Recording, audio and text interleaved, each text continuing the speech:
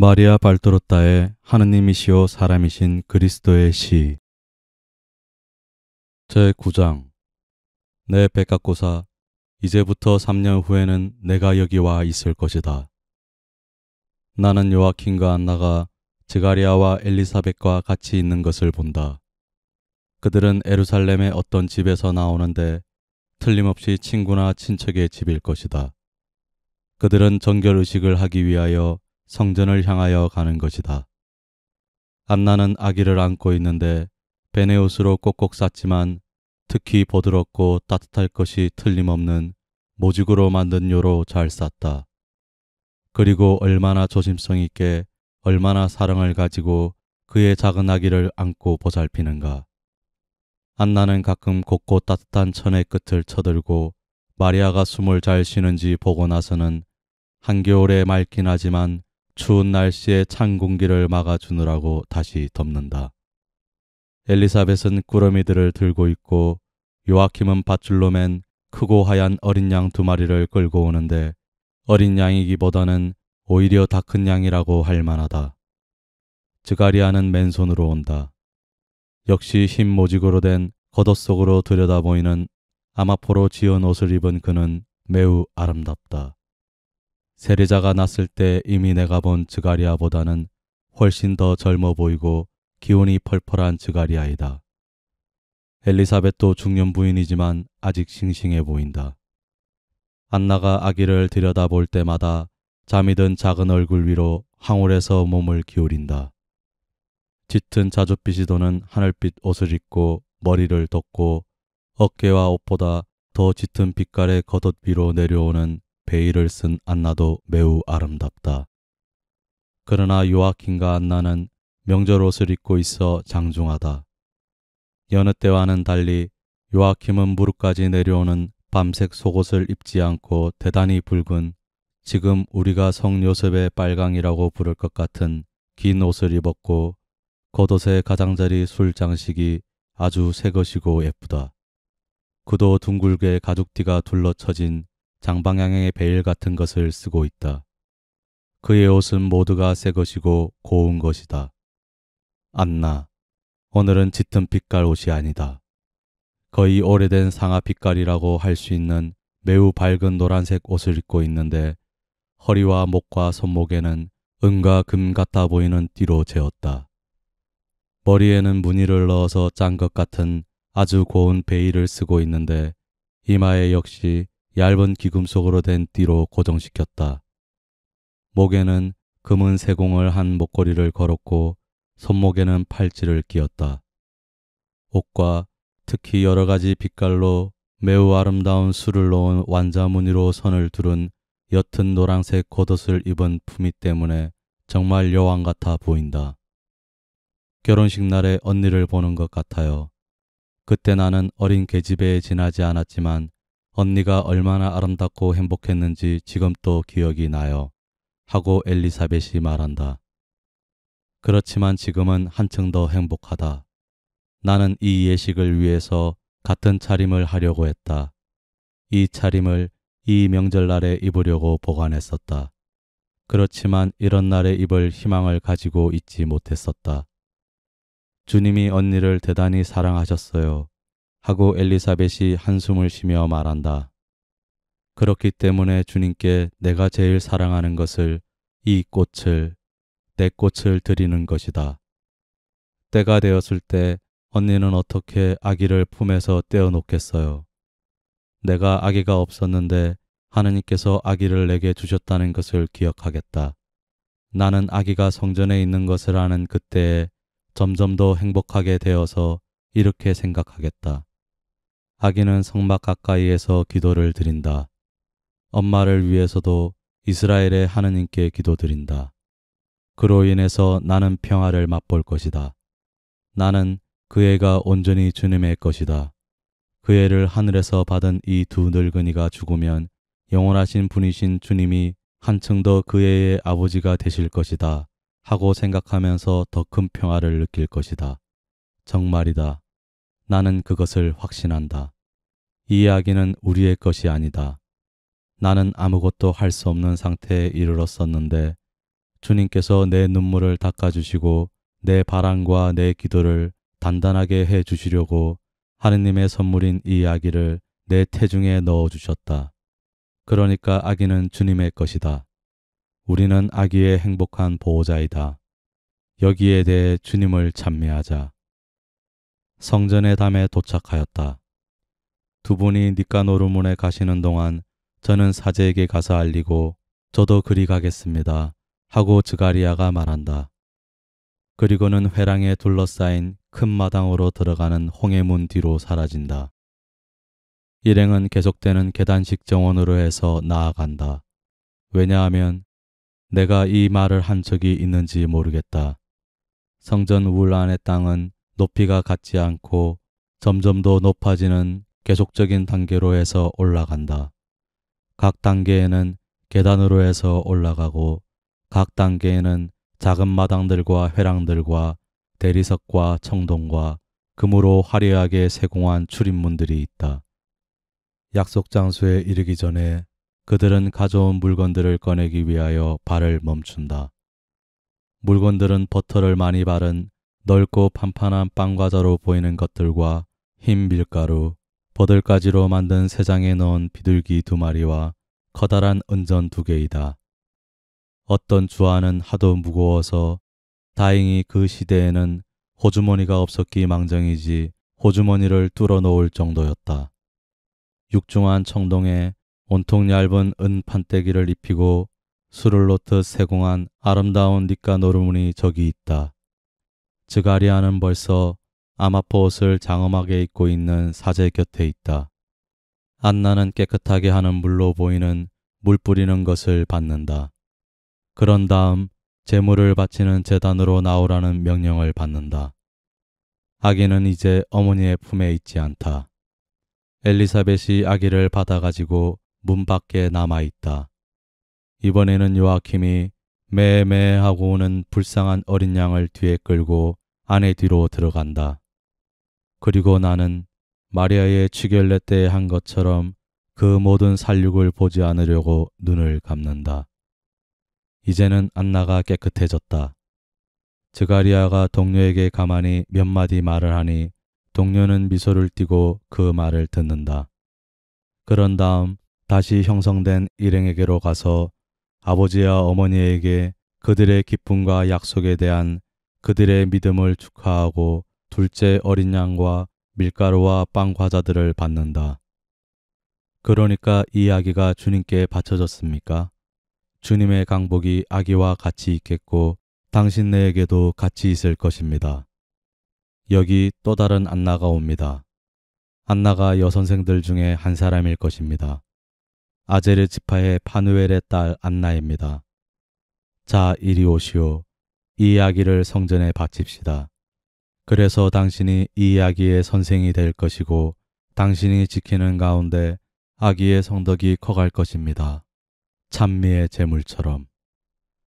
벌써 호호백발이 된 파누엘의 딸 안나가 아기를 쓰다듬으니 아기는 잠이 깨서 그 천진난만한 눈으로 그 모든 흰 빛깔과 태양에 반짝이는 그 모든 금을 쳐다본다. 의식이 끝난 모양이다. 나는 마리아를 바치는 특별한 제석을 보지 못하였다.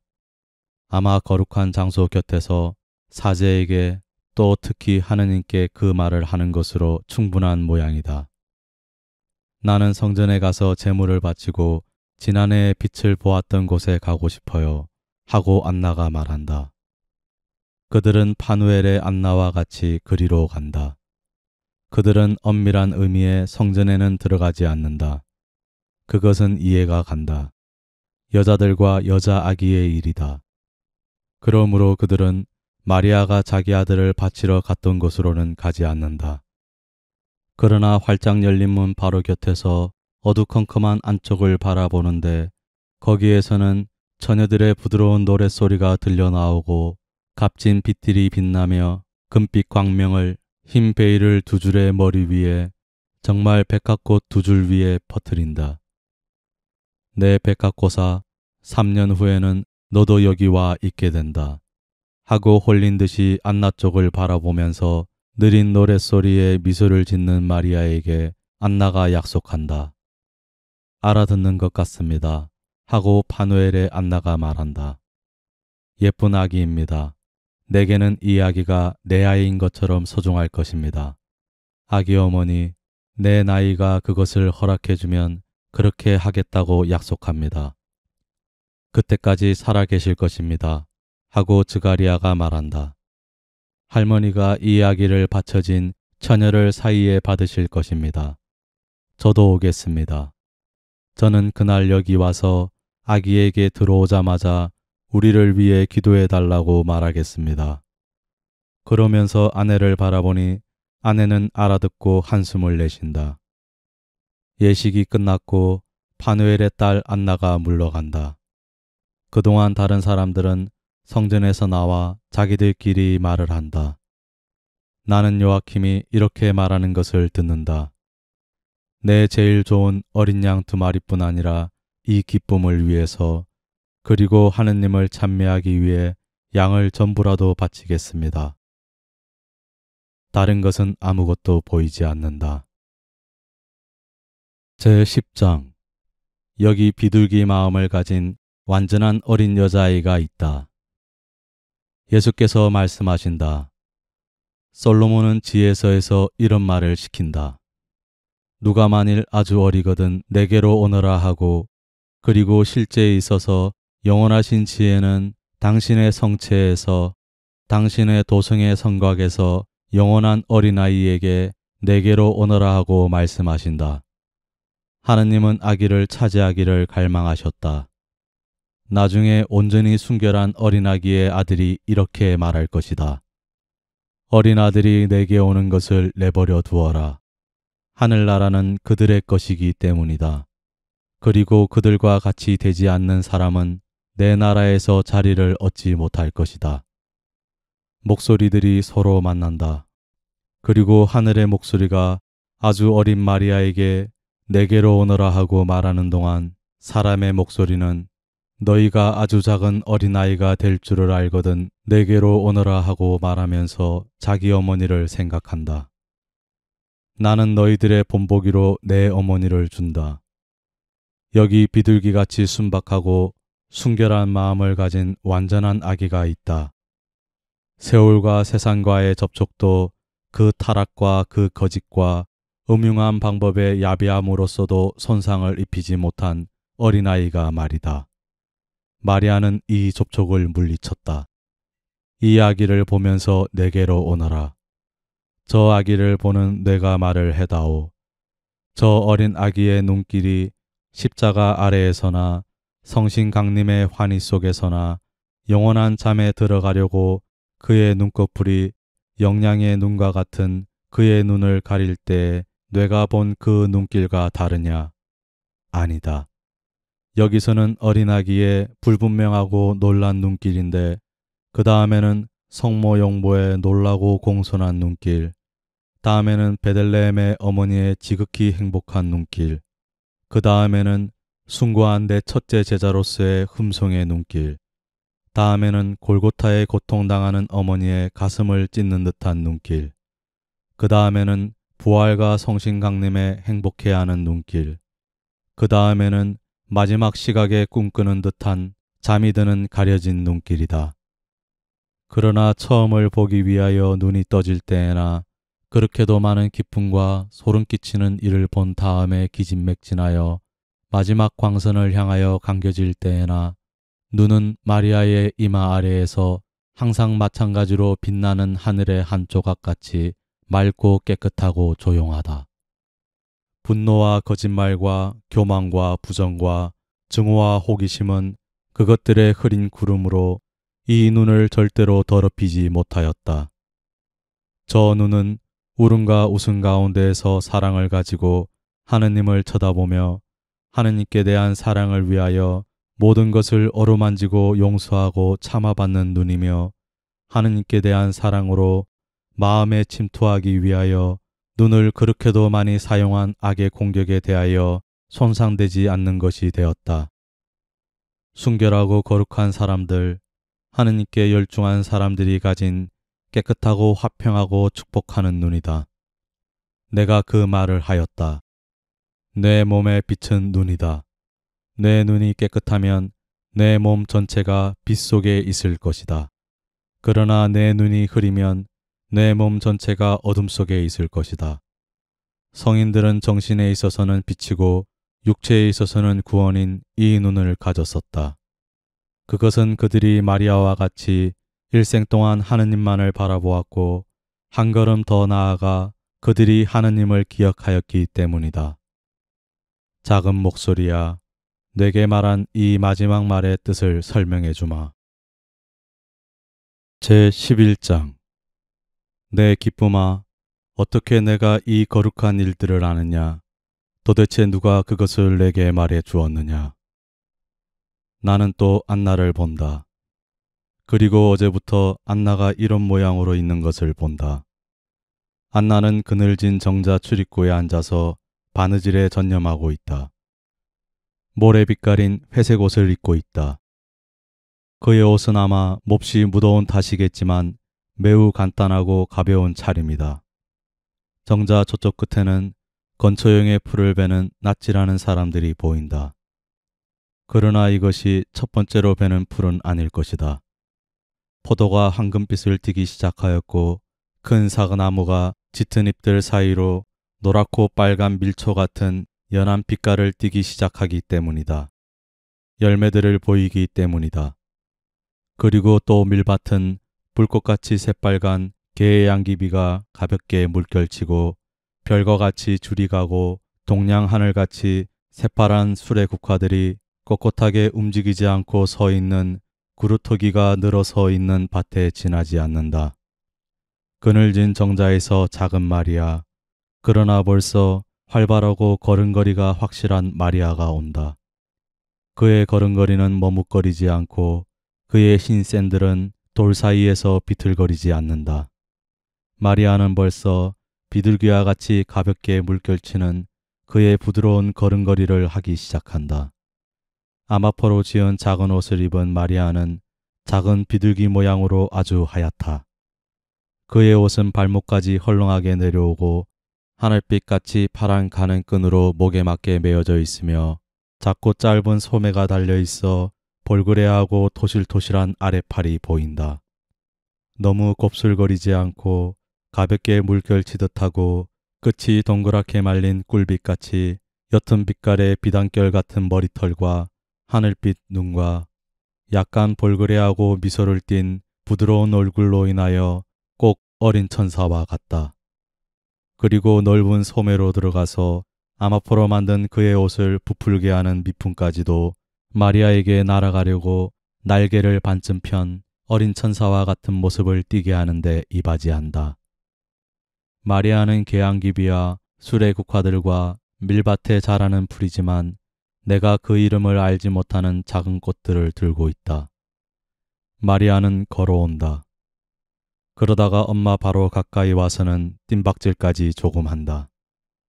명랑한 소리를 지르면서 어린 맷비둘기같이 아기를 받으려고 조금 벌어지는 엄마의 무릎에 와서 그의 나는 듯한 다른 박질은 멈춘다. 그때의 어머니는 아기가 찔리지 않게 일거리를 옆에 놓고 아기를 안으려고 팔을 벌렸다. 환상이 어젯밤에 여기서 끝났다. 그리고 오늘 아침 다음과 같이 계속되었다. 엄마, 엄마 하고 흰 맷비둘기가 엄마의 무릎으로 된 둥지에 몸을 오그리고 작은 발은 짧은 풀을 밟고 그 작은 얼굴은 엄마의 품에 파묻었다. 작은 목덜미에 옅은 황금빛 머리밖에 보이지 않고 안나는 딸에게 사랑으로 입맞추려고 몸을 숙인다. 그런 다음 맷비둘기는 머리를 들고 꽃들을 어머니에게 드린다. 그 꽃들은 드리려고 꺾은 것인데 꽃 한 송이마다 자기가 생각해낸 이야기를 곁들인다. 이 큰 하늘빛 꽃은 주님의 입맞춤을 엄마에게 가져오려고 하늘에서 내려온 별이다. 자, 이제는 어머니가 그 작은 하늘의 꽃을 그의 가슴 위에 껴안는데 거기에서 하느님의 맛을 찾아낼 것이다. 그러나 아빠의 눈처럼 더 옅은 파란 색깔의 이 다른 꽃은 그 잎에 아빠가 착하기 때문에 주께서 그를 사랑하신다는 말이 쓰여 있다. 그리고 이 작은 꽃, 아주 작은 꽃, 하나밖에 찾아내지 못한 작은 꽃은 주께서 마리아에게 그를 많이 사랑하신다는 말씀을 하시기 위하여 만드신 꽃이다. 그것은 물망초이다. 그리고 이 빨간 꽃들은 무슨 꽃인지 엄마가 아는가? 그것은 이스라엘의 원수의 피에 잠겼다가 전쟁과 승리의 전장에 심어진 다윗왕의 옷조각들이다. 이 꽃들은 주를 위한 영웅적인 전투 중에 찢어진 바로 왕의 그 옷조각에서 난 것이다. 그러나 하늘을 쳐다보는 7개의 비단 술잔으로 된 것 같고 향기가 진동하며 저기 생 곁에 난 희고 예쁜 이 꽃은 아빠가 이 꽃을 가시덤불 가운데에서 꺾었다. 많은 세월 전에, 얼마나 많은 세월, 얼마나 많은 세월 전인가. 그 많은 세월 전에 솔로몬 왕이 그의 어린 조카딸이 태어난 같은 날에 수많은 이스라엘 사람들의 앞장을 서서 결략의 궤 앞을 걸어가며 돌아와서 그의 영광을 둘러싼 구름 때문에 몹시 기뻐하면서 노래와 기쁨의 기도를 시작하였을 때 그가 입었던 옷으로 만들어진 것이다. 그 노래를 마리아의 작은 입이 이렇게 끝마쳤다. 나는 항상 이 꽃과 같기를 원하고 지혜로운 임금님과 같이 일생 동안 장막 앞에서 노래와 기도를 노래하고 싶다. 아이고 귀여운 아기, 이 거룩한 일들을 내가 어떻게 아느냐? 누가 말해 주었니? 아빠가 알려주었니? 아니, 누군지 몰라. 늘 알고 있었던 것 같아. 그렇지만 내가 보지 못하는 어떤 사람이 말해 주었는지도 몰라. 아마 하느님께서 착한 사람들에게 말하라고 시키신 천사들 가운데 하나인지도 몰라. 엄마, 이야기 또 해주겠어? 오냐 내 딸아, 무슨 이야기를 또 알고 싶으냐? 마리아는 진지하게 마음을 가다듬고 생각한다. 그의 표정을 영원히 간직하기 위하여 그것을 그려놓아야 할 것이다. 그 작은 어린 얼굴에는 그의 생각의 그림자가 비친다. 이스라엘의 역사를 생각하면서 미소와 한숨, 햇빛과 구름 그림자를 보여준다. 그러다가 선택을 한다. 가브리엘이 다니엘에게 한 그리스도를 약속한 말을 또 해줘. 그리고는 눈을 감고 들으면서 어머니가 한 말을 더 잘 기억하기 위하여 그러는 것처럼 천천히 되풀이한다. 안나가 말을 끝내자 마리아는 이렇게 묻는다. 엠마누엘이 오기까진 아직 얼마나 기다려야 해? 30년 가량이란다 얘야. 아직도 시간이 아주 많이 남았네. 그런데 나는 성전에 가 있을 거고. 이거 봐 엄마. 내가 아주 많이 낮에도 밤에도 밤낮으로 기도를 드리고 또 그렇게 되라고 내가 살아있는 동안 쭉 오직 하느님 것이 되기만을 원하면 영원하신 하느님이 메시아를 그 전에 당신 백성에게 주시는 은혜를 내게 주실까? 그것은 모르겠구나. 예언자는 이런 주관이라고 말했다. 나는 예언은 거짓말을 안 한다고 믿는다. 그렇지만 주님은 지극히 인자하시다. 하고 안나는 어린 딸의 금빛 속눈썹에 구슬 같은 눈물이 맺히는 것을 보고 서둘러 덧붙인다. 내가 많이 기도하면 주님이 내 기도를 들어주시리라고 믿는다. 어머니에게 약간 쳐든 작은 얼굴에 미소가 돌아오고 포도나무 가지 둘 사이로 지나가는 햇빛이 벌써 멎은 눈물을 마치 알프스의 이끼 줄기 끝에 매달린 이슬방울 모양으로 반짝이게 한다. 그러면 나는 기도하고 이것을 위해서 동정녀가 될 거야.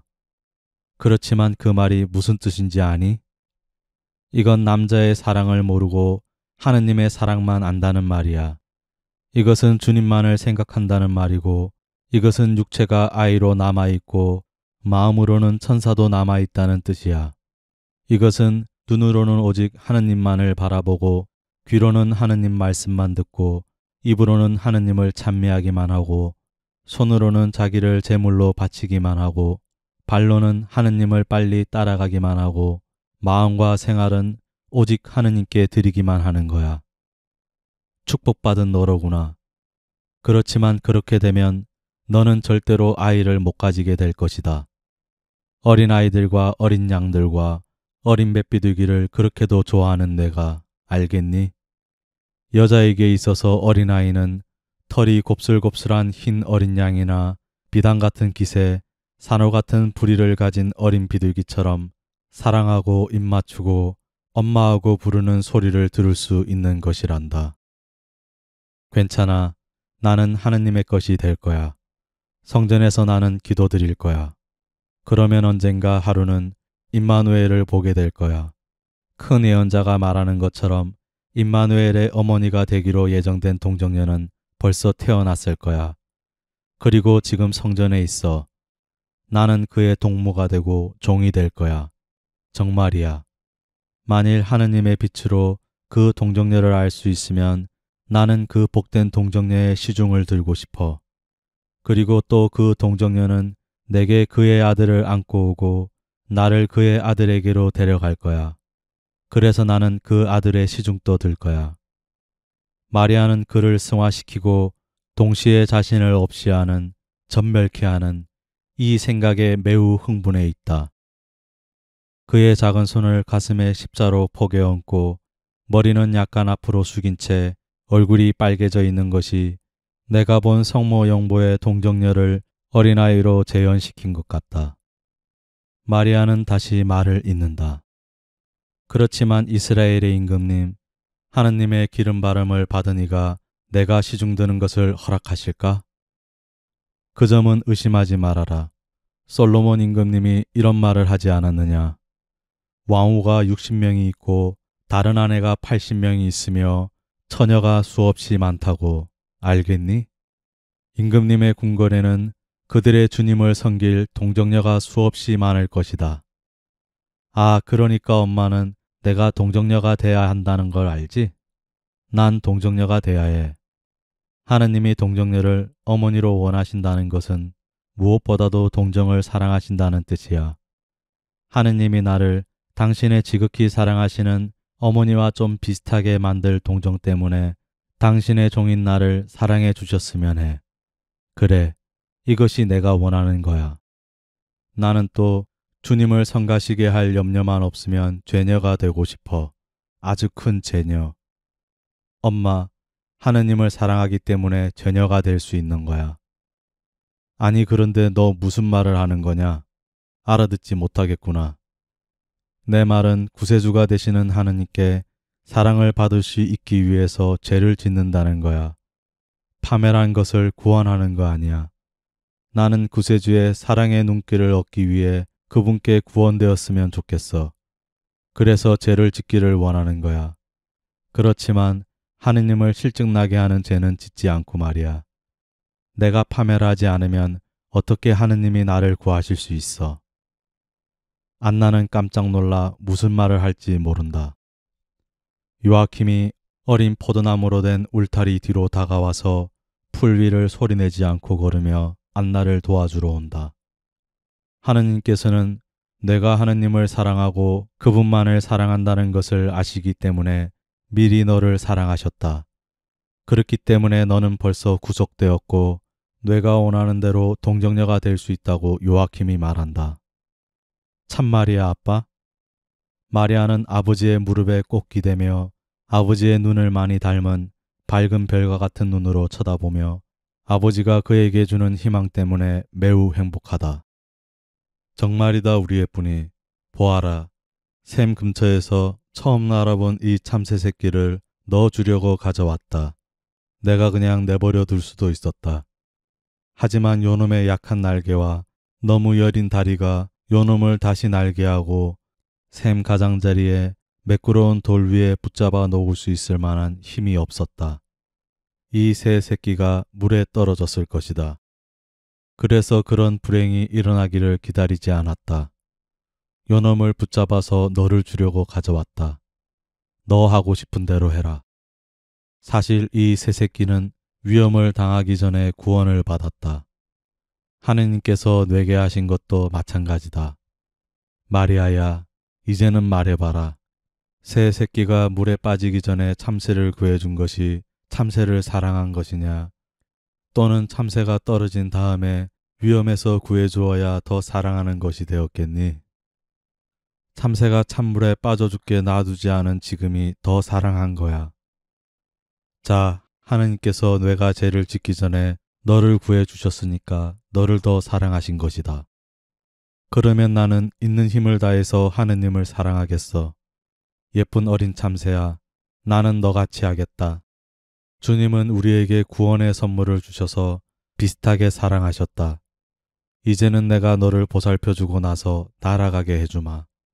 너는 숲속에서, 나는 성전에서 하느님의 찬미를 노래할 것이고 우리는 이렇게 말할 것이다.